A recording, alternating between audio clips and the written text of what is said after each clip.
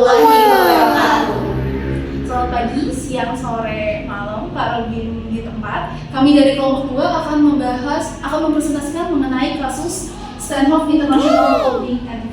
Sebelumnya perkenalkan, nama saya Syafwan Marika Putri Suri dengan NPM 2.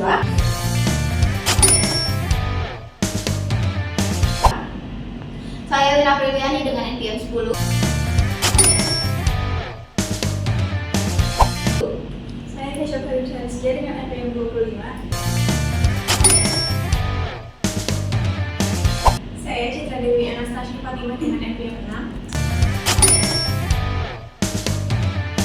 Oke, pertama-tama kita akan menjelaskan mengenai profil perusahaan.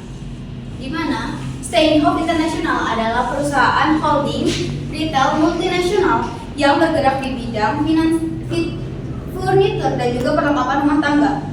Lalu perusahaan ini didirikan pada tahun 1964 oleh Bruno Steinhoff di Jerman. Kemudian berkembang menjadi salah satu perusahaan retail terbesar yang beroperasi juga di berbagai negara, di mana Steinhoff International ini memiliki pusat operasional di Afrika Selatan dengan jaringan bisnis yang tersebar di Eropa, Afrika, Amerika Serikat, Australia maupun Selandia Baru. Kemudian terkait kasusnya akan dijelaskan oleh Puan. Oke, selanjutnya kasus ini bermula pada 5 Desember 2017. Steinhoff International menghadapi krisis besar setelah diumumkannya investigasi independen terkait dugaan penyimpangan akuntansi dan pengunduran diri CEO-nya yaitu Marcus Jost. Pengumuman tersebut menyebabkan harga saham perusahaan anjlok hingga 61% dalam sehari dan kemudian turun lebih dari 90%, mengakibatkan kerugian besar bagi investor termasuk dana pensiun dan pemegang saham utama seperti Kristen Wells. Investigasi mengungkapkan adanya dugaan manipulasi laporan keuangan sejak 2009 seperti pembesaran nilai aset, transaksi fiktif, dan penyembunyian kondisi keuangan yang sebenarnya sehingga menyesatkan investor dan merusak kepercayaan pasar. Selain itu, Jost juga dituduh melakukan insider trading karena diduga membocorkan informasi penting kepada pihak tertentu sebelum skandal tersebut diumumkan kepada publik. Selanjutnya kita akan menjelaskan penyebab dan solusi yang akan dimulai oleh Citra. Lanjut dari penyebab itu yang pertama itu ada manipulasi laporan keuangan. Manipulasi laporan keuangan ini pada kasus Steinhoff International yang diduga melakukan manipulasi laporan keuangan dengan membesar-besarkan nilai aset, laba, dan transaksi tertentu agar kondisi perusahaan tampak sehat dan stabil. Tindakan tersebut ini menyebabkan penyajian informasi keuangan menjadi menyesatkan karena ada data yang dipublikasikan kepada investor tidak mencerminkan kepada perusahaan yang sebenarnya. Nah, akibatnya ini investor ini tuh dan pihak lain mengambil keputusan berdasarkan informasi yang salah sehingga menimbulkan kerugian besar dan terjadi skandal yang belum terungkap. Nah, kemudian ada solusinya itu yang pertama itu penguatan sistem pengendalian internal. Nah, yang penguatan sistem pengendalian internal ini yang pertama itu ada pemisahan tugas. Nah, tidak ada satu individu atau individu pun yang boleh memiliki kendali penuh atas seluruh proses keuangan. Nah, yang kedua itu ada penerapan framework atau ISO. Perusahaan harus mengadopsi kerangka pengendalian internal yang mencakup lingkup kontrol, penilaian resiko, dan komunikasi serta pemantauan. Selanjutnya itu ada saluran pelaporan whistleblower yang aman. Penyediaan ini jalur pengaduan anonim yang terlindungi secara hukum bagi karyawan. Nah, yang selanjutnya itu ada audit internal yang proaktif. Ini tuh fungsi audit internal ini harus ditingkatkan dari sekedar peran reaktif menjadi proaktif yang secara rutin mengevaluasi resiko, menelaah transaksi yang tidak biasa. Selanjutnya penyebab kedua akan dijelaskan oleh Sandra. Oke, selanjutnya itu ada lemahnya pengendalian internal dan insider trading atau perdagangan orang dalam. Jadi, pada kasus Steinhoff tahun 2017 terjadi akibatnya lemah sistem pengendalian internal yang memungkinkan berbagai penyimpangan keuangan berlangsung selama bertahun-tahun tanpa terdeteksi. Pengawasan yang tidak efektif membuka peluang bagi manajemen untuk melakukan transaksi fiktif dan transaksi tidak wajar sehingga laba, aset, dan kondisi keuangan perusahaan tampak lebih baik dari keadaan yang sebenarnya. Akibatnya, investor menerima informasi yang menyesatkan. Sehingga kasus ini juga diperparah oleh dugaan insider trading yang melibatkan mantan CEO-nya yaitu Marcus Jost ia diduga membocorkan informasi penting mengenai kondisi perusahaan kepada pihak tertentu sebelum skandal diumumkan. Nah, informasi tersebut memungkinkan mereka menjual saham lebih awal sebelum harga Steinhoff jatuh secara drastis, sehingga merugikan investor lain yang tidak memiliki akses informasi tersebut. Akibatnya, kepercayaan investor menurun dan harga saham anjlok. Untuk mencegah kasus serupa, perusahaan perlu memperkuat pengendalian internal, peningkatan fungsi audit internal, serta menerapkan good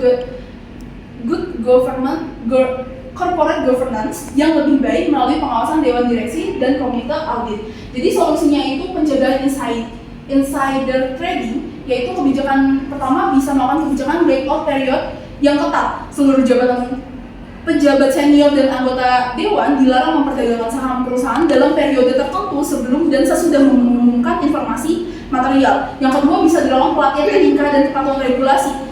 Program pelatihan wajib bagi seluruh jajaran direksi dan manajemen terkait peraturan pasar modal, larangan insider trading, dan juga konsekuensi hukumnya. Selanjutnya ada pengawasan transaksi saham pejabat secara transparan. Jadi setiap transaksi saham yang dilakukan oleh direksi dan pejabat eksekutif wajib dilaporkan kepada regulator dan dipublikasi secara berkala. Selanjutnya ada penyebab dan solusi ketiga yang akan dijelaskan oleh WBU. Oke, selanjutnya yang ketiga adalah kegagalan audit. Audit eksternal yang digunakan oleh Steinhoff International Holding adalah Deloitte. Deloitte itu dia menjadi auditor eksternal selama 20 tahun tanpa adanya rotasi auditor. Hal tersebut menciptakan ancaman kekerabatan yang berpotensi mengikis objektivitas dan juga sikap skeptisme profesional yang seharusnya dijaga oleh auditor eksternal. Kemudian, pada Desember 2017, setelah ada skandal tersebut, Dewan Pengawas Steinhoff International Holding meminta kepada PwC atau PricewaterhouseCoopers untuk melakukan audit dan membantu investigasi terhadap laporan keuangan Steinhoff. Hasil dari investigasi tersebut di mana adanya sekelompok kecil mantan eksekutif Steinhoff maupun eksekutif non-Steinhoff lainnya melaksanakan berbagai transaksi yang menyebabkan penggabungan pada nilai laba dan nilai aset Steinhoff Group. Kemudian solusinya adalah dengan mereformasi praktik audit eksternal. Pertama, adanya rotasi audit di mana auditor eksternal harus dirotasi maksimal 5-10 tahun. Kedua, ada peningkatan skeptisme profesional di mana auditor harus mempertanyakan adanya kewajaran terkait transaksi yang signifikan. Ketiga, penguatan regulasi dan juga sanksi terhadap auditor. Keempat, memastikan standar auditor di mana dewan direksi harus memastikan bahwa komite auditor harus diisi dengan individu yang berkualitas. Kemudian yang keempat, solusi dan juga penyebab dan juga solusi akan dijelaskan oleh Keisha. Baik, selanjutnya ada penyebab yang terakhir yaitu lemahnya corporate governance. Penyebabnya pertama itu ada skandal penyimpangan akuntansi yang melibatkan CEO Markus Joos dan memicu anjloknya harga saham pada 2017 lalu. Lalu yang kedua ada lemahnya fungsi pengawasan oleh pemegang saham dan dewan direksi. Yang ketiga ada kepatuhan hanya bersifat formalitas seperti book taking tanpa penerapan etika yang nyata. Lalu yang keempat ada kurangnya independensi dan keberagaman dewan akibat dominasi anggota lama, kepemilikan saham silang, dan penunjukan anggota keluarga. Yang kelima, terjadinya pemikiran kelompok sehingga dewan tidak dapat berpikir kritis terhadap keputusan manajemen.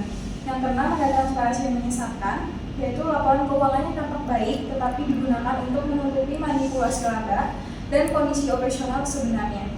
Lalu yang terakhir ada pengaruh CEO yang terlalu besar, sehingga pengawasan terhadap tindakan manajemen menjadi lemah dan membuka peluang rekayasa transaksi. Lalu untuk solusinya, yang pertama itu ada memperkuat pengendalian internal dan kepatuhan terhadap peraturan pasar modal. Yang kedua, mereformasi audit eksternal melalui rotasi auditor, peningkatan skeptisisme profesional, dan pengawasan yang lebih ketat. Yang ketiga, menerapkan good corporate governance dengan memperkuat independensi dewan, memisahkan jabatan CEO dan ketua dewan, serta meningkatkan transparansi.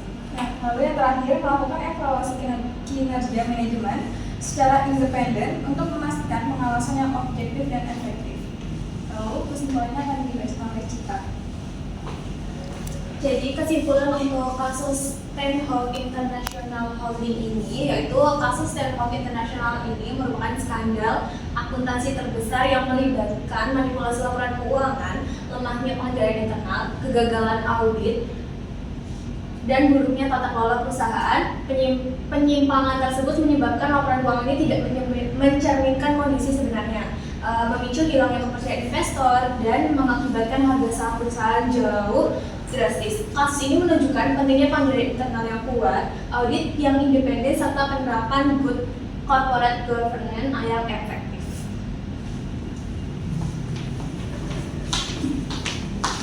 Sekian presentasi dari kelompok 2, kurang lebihnya mohon maaf. Wassalamualaikum warahmatullahi wabarakatuh.